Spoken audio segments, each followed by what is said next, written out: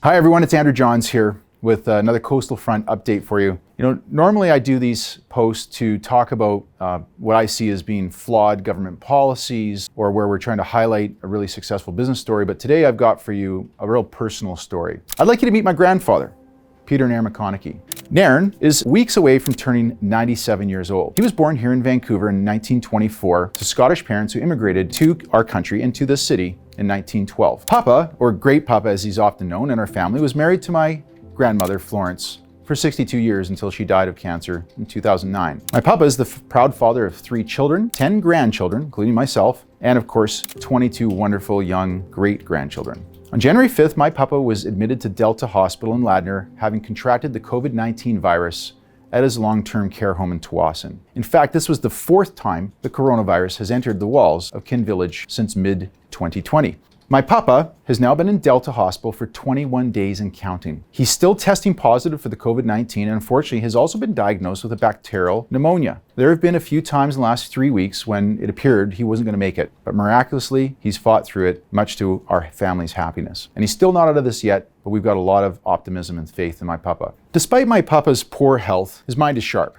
And over the weekend, he called me to talk to me about some of the incredible frustration he and the other 2 patients in his room are experiencing. Number 1, let's talk about his general practitioner. His GP, a wonderful person, who's actually based in Ladner, has not been able to see him since he was admitted to the hospital. This is no reflection on my grandfather's doctor. For some reason, beyond my comprehension, this doctor is not permitted into the Delta Hospital. Number 2, heat and ventilation. The air circulation system within the Delta Hospital is not equipped to handle COVID.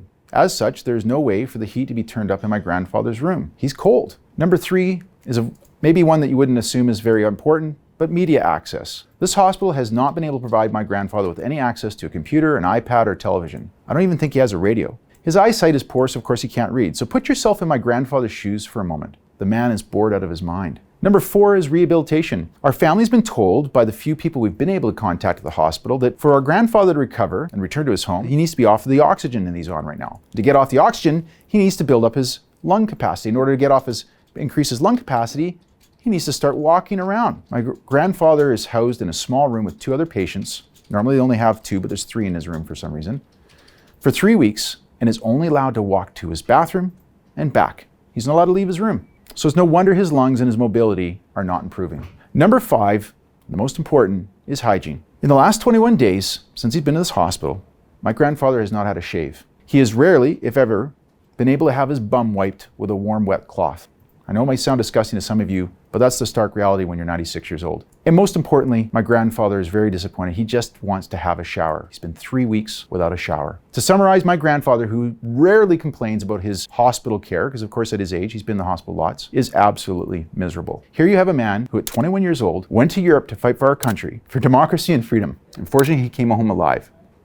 He spent his lifetime in British Columbia raising a family, creating businesses with his brothers, creating jobs and paying his pound of flesh and taxes. He's done all this for our society, and near the end of his life, he can't even be provided with some basic dignity. I recognize that our provincial healthcare system is complex and candidly very inefficient. There are many changes that need to be made to improve this system that candidly has declined for decades. But I'm not here to ask for all that today. I'm asking for something very simple. I'm asking for the leaders of our healthcare system to simply give a 96-year-old veteran a shave, a shower, and a TV show to watch. Is that too much to ask? I'm sorry.